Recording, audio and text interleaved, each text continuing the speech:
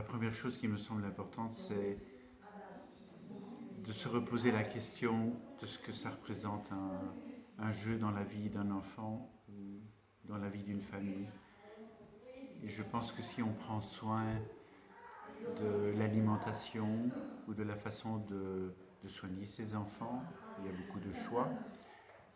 Les gens sont très peu conscients qu'en jeu, on peut aussi faire des choix qui expriment nos valeurs.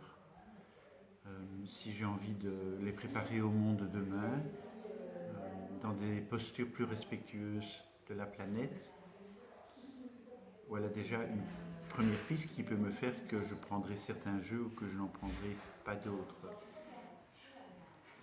Soit dit en passant que le plaisir soit là, et pour l'adulte et pour l'enfant, mais que même en respectant le plaisir qui est lié au jeu, on va pouvoir faire des choix très très différents. Et donc ce soir j'ai pris très peu de nouveautés.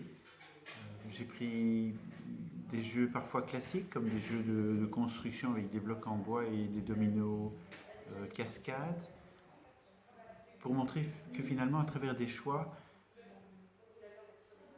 quand on choisit de bons jeux, ils durent longtemps et ils donnent une qualité de relation qui vaut la peine.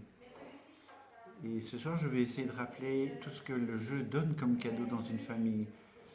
Il donne des cadeaux d'expérimentation. C'est un laboratoire dans lequel on peut vivre plein d'attitudes qui vont nous servir et nous pétrir pour la vie.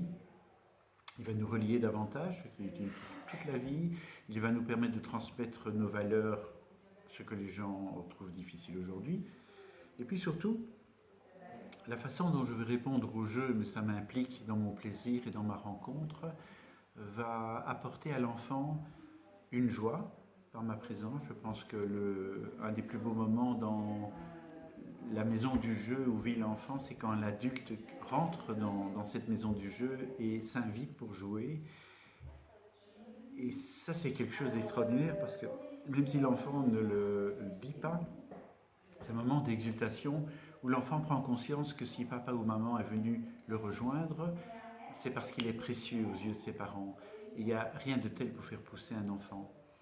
Et donc, une fois qu'on s'est rappelé ces choses importantes, on va choisir des cadeaux qui permettent cette relation, qui permettent que moi, comme adulte, je puisse jouer avec l'enfant, ou que l'enfant, à partir des cadeaux qu'il reçoit, ouvre son enthousiasme et sa curiosité, et donc le relie à des valeurs qui sont importantes pour vivre sa vie de demain.